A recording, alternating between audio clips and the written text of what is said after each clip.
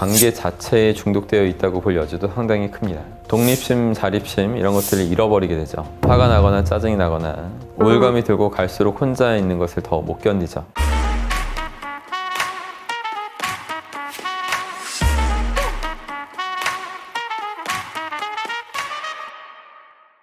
안녕하십니까, 여러분의 심리 멘토 박스입니다.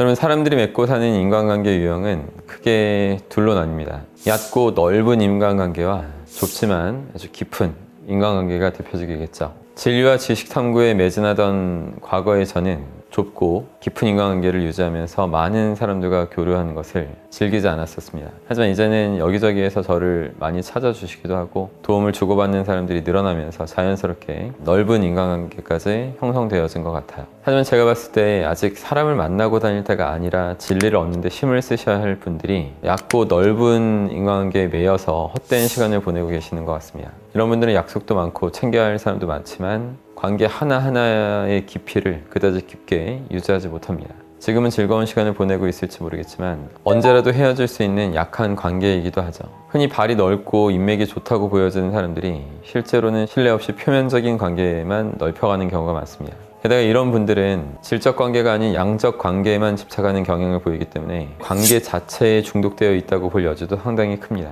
독립심, 자립심 이런 것들을 잃어버리게 되죠. 사람들 만나서 서로 안부를 묻고 농담 나누다가 집으로 돌아가면 엄청난 공허함을 느낍니다. 우울감이 들고 갈수록 혼자 있는 것을 더 못 견디죠. 여러 가지 감정을 통제하는 데 어려움을 겪기도 합니다. 화가 나거나 짜증이 나거나 슬프거나 우울할 때 또 사람을 찾아 나서죠. 악순환이 반복되는 겁니다. 근데 더 큰 문제는 이런 관계가 지속되면 상대방도 쉽게 지칠 수 있다는 거예요. 일방적이고 의존적인 인간관계 맺는 사람들을 종종 볼 수 있습니다. 고독에 취약하고 스스로 감정 통제가 어려운 분들이 자꾸 타인을 찾아서 자신의 심리 상태를 토로하려고 하죠. 근데 중요한 건 공감에도 한계가 있다는 거예요. 심리적인 거리가 가까운 친구 사이에는 비교적 상대의 마음을 헤아리고 공감하는 부분이 발달되어 있겠지만 타인의 마음을 100% 이해하는 것은 절대적으로 불가능한 일입니다. 어느 정도는 타인은 타인이다, 이런 식의 태도가 필요한데 당장 내가 겪고 있는 상황이나 감정을 타인에게 상세히 설명한다고 해서 그 사람이 나의 마음을 온전히 헤아려 줄 것이라고 착각하면 안 돼요. 이런 관계는 서로에게 짐만 될 뿐입니다.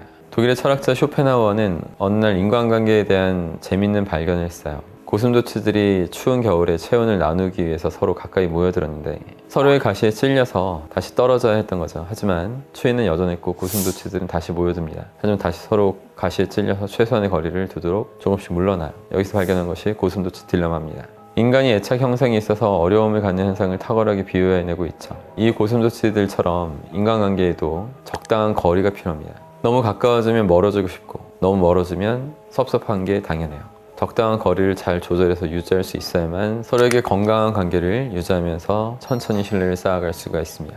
마지막으로 인간관계를 잘하는 사람들의 3가지 특징에 대해서 언급해 볼게요. 첫째로 발전적인 인간관계를 갖는다는 겁니다. 말하자면 아까 양적 관계에 집착했던 사람들과 반대로 질적 관계를 만들어가는 거죠. 인간관계 잘하는 사람들은 관계를 단순한 유희로 삼지 않습니다. 인생의 목표가 확실한 사람일수록 사소한 관계에서도 상호 발전적인 방향을 찾아요. 실력이 갖춰지지 않은 상태에서는 지나치게 많은 인간관계가 오히려 방해 요소가 되기 때문입니다. 두 번째 특징은 위로와 안정감을 밖에서 찾지 않는다는 거예요. 타인에게서 받은 위로와 안정이 아주 극한의 상황에서는 도움이 될 수 있지만 통상적으로 바깥에서 얻은 위로는 지속력이 약할 수밖에 없어요. 힘들고 어려운 시기일수록 스스로에게 집중할 시간을 갖는 것이 필요합니다. 가능한 한 서로에게 기대하거나 기대받지 않는 건강한 관계 속에서 위로와 인정이 샘솟게 됩니다. 세 번째는 약한 동물일수록 뭉친다는 사실을 아셔야 된다는 거예요. 지구상의 약한 동물한테 공통적으로 나타나는 특징은 뭉쳐 있다는 겁니다. 반면에 사자나 호랑이처럼 먹이사슬의 최상위에 있는 동물일수록 적은 수의 무리를 이뤄서 사는 것을 볼 수 있어요. 다수와 맺은 관계 속에서 얻은 유대감으로 불안과 공포를 견디는 것은 약한 동물에게서 나타나는 특징이라는 거죠. 말씀드린 3가지 특징을 잘 되뇌이시고 앞으로 여러분들이 지속해 나갈 인간관계에 대해서도 잘 판단하시면서 생산적인 관계를 만들어 나가시길 바라겠습니다. 항상 힘내십시오.